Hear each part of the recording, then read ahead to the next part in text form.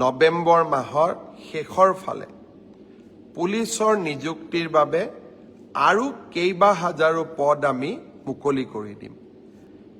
মোৰ লক্ষ্য ইয়াৰ পৰা আমি থমকি ৰ'ব নালাগিব।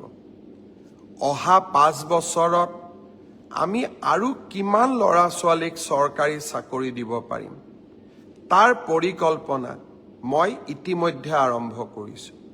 বিভিন্ন বিভাগৰ লগত কথা বতৰা পাতিছোঁ যে অহা 5 বছৰত আমি 2 লাখতকৈও অধিক ল'ৰা ছোৱালীক চৰকাৰী চাকৰি দিব পাৰিম নে নোৱাৰিম।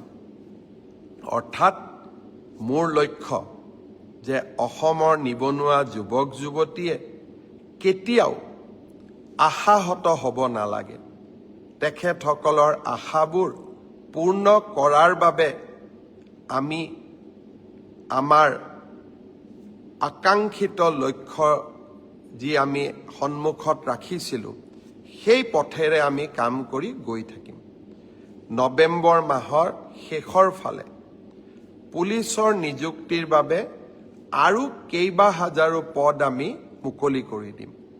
আজি যিসকলে পুলিচত চাকৰি মই অনুৰোধ কৰিম নৱেম্বৰত আপোনালোকে আকৌ আবেদন কৰিব যাতে আপোনালোকৰ আশাবিলাক আমি বাস্তৱত ৰূপায়ণ কৰিব পাৰোঁ।